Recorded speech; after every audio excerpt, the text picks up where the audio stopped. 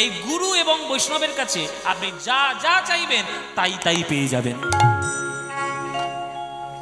তাই তাই পেয়ে যাবেন। তবে চাওয়াটা যেন চাওয়ার মতো হয়, উল্টো পাল্টা যেন চাওয়া না হয়ে যায়, উল্টো পাল্টা যেন চাওয়া না হয়ে যায়। কেননা পড়বেন বিপদে আপনি। ভস্মাসুরের কথা জানেন তো? শিব ঠাকুরের তপস্যা করেছিল ভস্মাসুর। বলে কি বর চাস বল বাবা?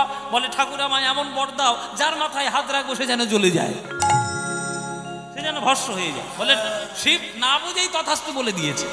বলে নে বাড়া তুই যা বলবি তাই, যার মাথায় হাত রাখবি হ্যাঁ তার সে ভস্ম হয়ে যাবে। ভস্মাসুর মনে মনে ভাবছি মাথায় হাত রাখবো ভস্ম হয়ে যাবে, এটা এবার টেস্ট করে দেখে নেওয়া যায়। বলে একটা প্রমাণ আমার তো চাই।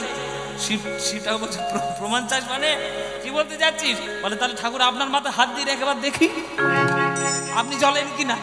সঙ্গে সঙ্গে সর্বনা দেখি এই তো খালি কেটে ডকুমেন্ট নিয়ে এলাম।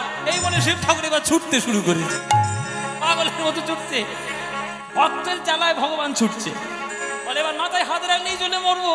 বলে কি করবি রে বাবা? এই সময় শিব ছুটতে ছুটতে ভগবান বিষ্ণুর কাছে গিয়েছে। বিষ্ণু বলছে শিব ঠাকুর ওই জন্য জেনে শুনে বর দিতে হয়, উল্টো পাল্টা বর দিতে নেই। আপনি এমন বর দিলেন নিজের জালে নিজে জড়িয়েছেন। তা ঠিক আছে আপনারা ব্যবস্থা করে দিচ্ছি। এইবার ভগবান বিষ্ণু একটা নারী মূর্তি ধারণ করলেন।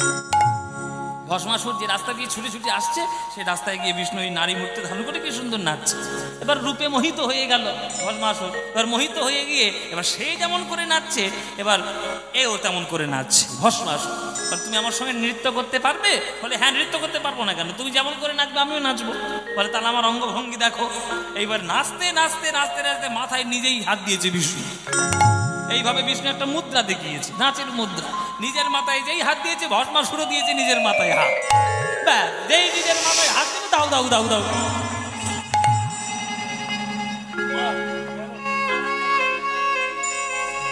মাথায় কেন হাত দিলি? এই হচ্ছে অবস্থা। তা যাই চাইবেন মায়েরা, চাইবেন চাওয়ার মতো চাইবেন, উল্টো পাল্টা চাইলে নিজে সর্বনাশ নিজেই করবে।